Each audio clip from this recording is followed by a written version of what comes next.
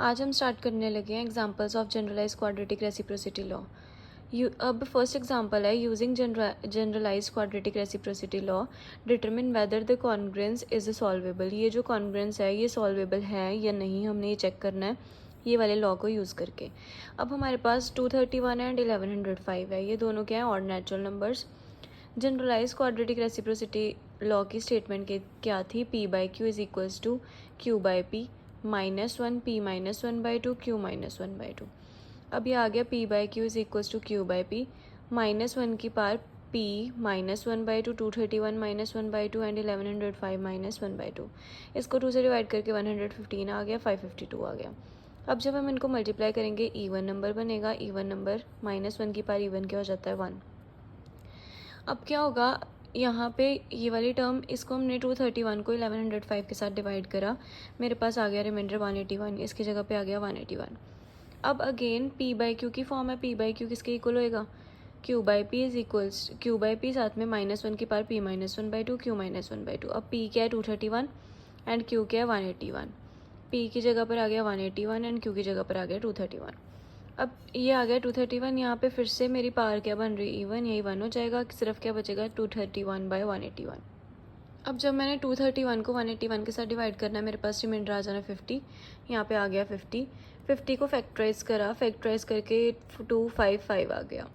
अब इसको अलग अलग करके लिख सकते हैं, 2/181, 5/181 का स्क्वायर, क्योंकि 5 दो बार आ रहा है। वी नो 2/p किसके इक्वल होगा 1 के, अगर मेरा p किसके इक्वल है 8 के प्लस -1 के, -1 के इक्वल कब होता है जब मेरा p 8 के प्लस -3 के इक्वल है। एंड यहाँ पर मेरा p क्या है 181, बिकॉज मैं 2/p की फॉर्म देख रही हूँ, तो यहाँ पे मेरा p क्या है 181।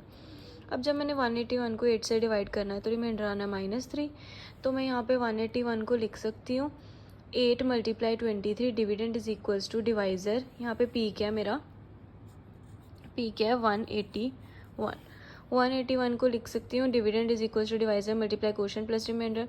ये आ गया 8 × 23 -3। अब इसको ये कौन सी फॉर्म बन रही है 8k + 3 टाइप, 8k + 3 टाइप अगर फॉर्म बने तो मेरा p 2/p किसके इक्वल होता है -1 के। सो मेरा 2/181 किसके इक्वल आ गया, -1 के इक्वल आ गया। अब यहाँ पे नेक्स्ट मेरे पास किसकी वैल्यू फाइंड करनी है 5/181 की। अब 5 ये फिर से p बाई क्यू की फॉर्म बन रही है, इसको मैं फिर से क्या लिखूँगी q बाई पी -1 की पार p -1/2 q -1/2। p -1/2 करा है 4/2 आ गया 2, 180/2 आ गया 19 को मल्टीप्लाई करा इवन आ गया, यहाँ पे आ गया 1। अब फिर से 5 को 181 के साथ डिवाइड करा तो मेरे पास रिमाइंडर आ गया -4। इसकी जगह पर मैंने क्या लिख दिया रिमाइंडर -4। -4 है, इसको मैं -2 × 2 लिख सकती हूँ, माइनस बाहर ये आ गया 2/5 का स्क्वायर। अब फिर से 2/p की फॉर्म बन रही है, 2/p की फॉर्म 1 कब आता है जब p होता है 8k + -1 टाइप, एंड p कब आता है 8k + -3 टाइप। 5 को 8 के साथ डिवाइड करा, रिमाइंडर आ गया -1। अब यहाँ पे मेरा p क्या है 5, तो इसको मैं लिख सकती हूँ dividend is equal to divisor multiply quotient plus remainder. अब ये 8k -3 टाइप बन रही है, दैट मीन्स इसकी वैल्यू क्या आएगी -1। यहाँ पे बाहर ऑलरेडी माइनस था, ऊपर स्क्वायर था, -1 का स्क्वायर 1 हो गया, बाहर माइनस था, क्या आ गया -1। अब इक्वेशन 3 से और 2 से दोनों में से जो हमने वैल्यूज़ निकाली हैं वो हमने 1 में पुट कर देनी है। -1 आया और उस वाली टर्म का स्क्वायर था, ये आ गया -1 का स्क्वायर, -1 का स्क्वायर 1 हो गया, -1 बचा, ये आ गया आंसर। अगर मेरा p बाई क्यू की वैल्यू -1 a बाई क्यू की वैल्यू -1 आए तो वो क्या होता है, क्वाड्रेटिक नॉन रेजिड्यू होता है। दैट मीन्स 231 के आ गया quadratic non residue of 1105। That means अगर क्वाड्रेटिक नॉन रेजिड्यू आ गया तो ये क्या आ गया, नॉट सॉल्वेबल। अगर क्वाड्रेटिक रेजिड्यू होता तो एक कॉन्ग्रुएंस क्या होती, सॉल्वेबल। नेक्स्ट एग्जाम्पल है 5/p को p1 कब होगा एंड 5/p -1 कब होगा, ये हमने फाइंड करना है केसेस बना के। ऐसी पहले भी हमने करी थी 2/3 एंड 2/p एंड 3/p के लिए, अब ऐसे हमने 5/p के लिए करनी है। p greater than 5b and odd prime, then quadratic reciprocity law के according p by Q is equal to q by p -1, p -1/2 q -1/2 होगा, p -1/2। अब ये आ गया यहाँ पे p की जगह पर 5 है एंड q की जगह पर p है, तो ये आ गया p -1/2 q -1/2। यहाँ पे आ गया 4/2 2 आ गया। ये मेरे पास क्या बन रहा है, p मेरे पास अगर प्राइम है p -1 तो ये क्या बन जाएगी, इवन पावर बन जाएगी, -1 की पावर इवन बन गई, 1 हो गया, सिर्फ क्या बचा p/5।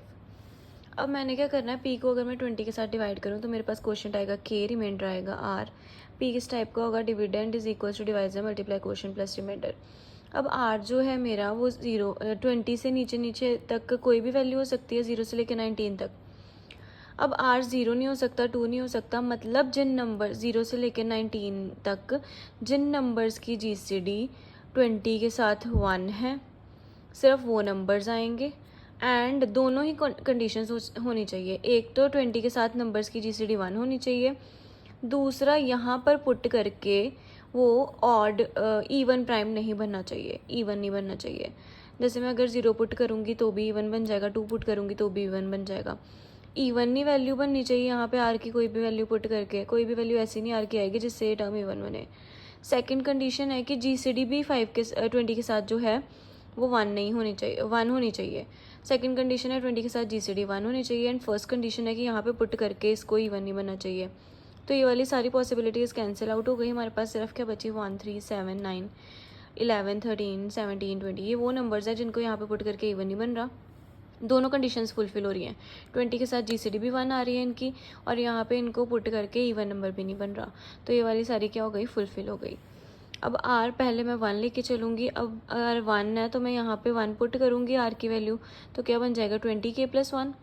20k + 1 आ गया। अब मॉडुलो 5 लूँगी क्योंकि यहाँ पे मेरा डिवाइड किससे हो रहा है, P5 के साथ, तो मॉडुलो क्या लूँगी 5। डिवाइज़र मेरा क्या है 5 है, तो 5 आ गया मॉडुलो। जब मैंने मॉडुलो 5 लेना है तो ये 20 आपको पता 5 के साथ डिवाइड होके 0 आ जाता है, तो ये 0 हो गया। ये क्या हो गई टर्म, ये 0 हो गई। सिर्फ क्या बचा 1, P कॉन्ग्रुएंट टू 1 मॉडुलो 5 आ गया। इसकी वैल्यू 5 करें, दैट मीन्स 5/P अब क्या आ जाएगा 1/5 के इक्वल आ जाएगा, क्योंकि मैं इसकी वैल्यू फाइंड कर रही हूँ। इसकी वैल्यू क्या आई है अभी 1/5, तो यहाँ पे P की जगह पर क्या आ जाएगा 1। 5/P is equals to 1/5 and 1 quadratic residue होता है 5 का, तो इसकी वैल्यू क्या आ जाएगी 1। R is equals to 3 put करेंगे तो ये 20k + 3 आ जाएगा। फिर से मॉडुलो 5 लेंगे, ये वाली टर्म 0 हो जाएगी, सिर्फ क्या बचेगा 3। अब यहाँ पे क्या हो रहा है 5/P इज इक्वल्स टू 3/5 आ जाएगा, क्योंकि P की वैल्यू क्या है 3, 3/5 आ गया। अब 3 जो होता है वो क्वाड्रेटिक नॉन रेजिड्यू होता है 5 का, क्योंकि जब मैं 3 के पार रेस करूँ 5/2 तो वो 9 आ जाता है। 9 को जब 5 के साथ डिवाइड करती हूँ वो -1 आ रहा है, तो ये क्वाड्रेटिक नॉन रेजिड्यू हो गया 5 का। नॉन रेजिड्यू हो गया 5 का, तो इसकी वैल्यू क्या आएगी -1। जब 7 पुट करूँगी तो यहाँ पे 7 बचेगा। P congruent to 7 modulo P congruent to 7 modulo 5 बचेगा। जब 5 को 7 के साथ डिवाइड करेंगे तो रिमाइंडर कितना आएगा 2, इसलिए क्या है P कॉन्ग्रुएंट टू 2 मॉडुलो 5। अब 5/P, P की जगह पर अब क्या आएगा 2 आएगा, 2/5 के इक्वल आ गया। 2 को 5 के साथ डिवाइड कर रहा, तो यहाँ पे आपको पता है 2/P क्या होता है 1 होता है। अगर मेरा 8k + -1 टाइप हो और 8k + -3 टाइप हो तो -1 होती है इसकी वैल्यू। अब 8 को 5 के साथ डिवाइड कर, रिमाइंडर आ गया -3, 8k - 3 टाइप बन रही है, तो इसकी वैल्यू क्या आ जाएगी -1। सेकेंड केस आर की वैल्यू 9 पुट करी, फिर से मॉडुलो 5, ये वाली टर्म 0 बन जाएगी, सिर्फ 9 बचेगा। 5 को 9 से डिवाइड करूँगी तो रिमाइंडर क्या आ जाएगा फिर 4। 5 अब P की वैल्यू 4 आ जाएगी, तो ये क्या हो जाएगा 4/5। 4/5 को मैं 2 × 2/5, 2/5 का स्क्वायर लिख सकती हूँ। एंड 2 क्वाड्रेटिक नॉन रेजिड्यू है 5 का। 2 क्वाड्रेटिक नॉन रेजिड्यू क्यों है 5 का, यहाँ से भी आप कह सकते हो कि 2/P की वैल्यू अगर -1 आती है तो 2 क्या है क्वाड्रेटिक नॉन रेजिड्यू है 5 का। या फिर आप चेक कर सकते हो 2 की पावर 5/2 पुट करके, वो नॉट कॉन्ग्रुएंट टू 1 आएगा, तो नॉन क्वाड्रेटिक नॉन रेजिड्यू होगा। ये अगर क्वाड्रेटिक नॉन रेजिड्यू है 5 का तो इसकी वैल्यू -1 आएगी, ऊपर स्क्वायर भी था तो 1 आ गई। अब आर की वैल्यू 11 पुट करेंगे। यहाँ पे जब 5 के साथ आर ने डिवाइड करा तो 0 आ गया, सिर्फ 11 बचा। जब 5 को 11 के साथ डिवाइड करा तो रिमाइंडर आया 1। P की जगह पे 1 पुट कर देंगे। 1/P इज इक्वल्स टू क्या आ गया 1, because 1 is quadratic residue of 5। यहाँ पे 5 आएगा, 1 इज क्वाड्रेटिक रेजिड्यू ऑफ 5। अब नेक्स्ट आर की वैल्यू 13 पुट करी, 20k + 13 मॉडुलो 5। यहाँ पे क्या ये 0 हो जाएगी टर्म, ये 13 बचेगा, सिर्फ 5 को 13 के साथ डिवाइड करा तो रिमाइंडर आ गया 3।